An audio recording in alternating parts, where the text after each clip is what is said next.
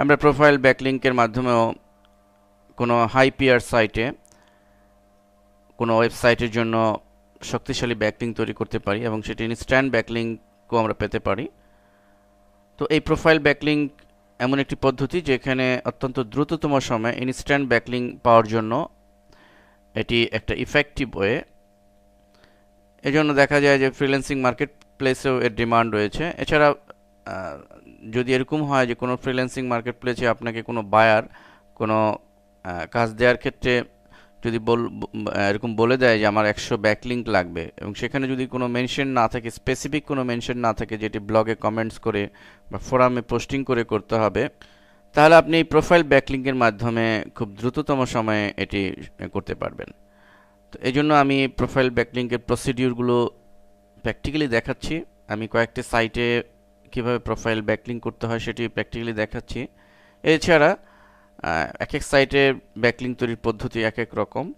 আমি প্র্যাকটিক্যালি কয়েকটি সাইটের পদ্ধতি দেখালে আপনারা অনায়াসে নিজেরাও অন্যান্য আদার্স যে সাইট আছে সেসব সাইটেও আপনি এই ব্যাকলিং তৈরি করতে পারবেন, এবং যে সমস্ত প্রোফাইল ব্যাকলিং সাইট রয়েছে, হাইপিয়ার সাইট রয়েছে, সেসব সাইটের লিস্ট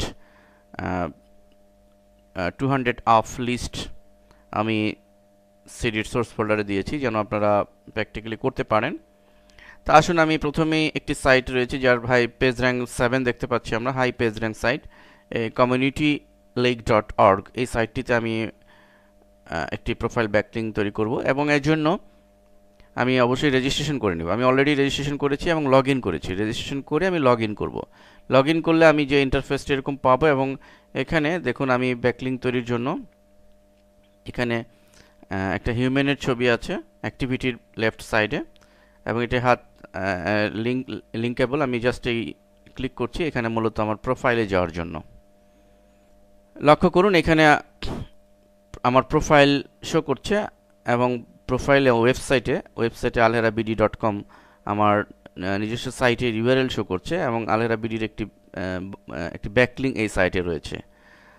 তো আপনি কিভাবে এখানে ব্যাকলিং দিবেন সে বিষয়টি আসুন দেখি।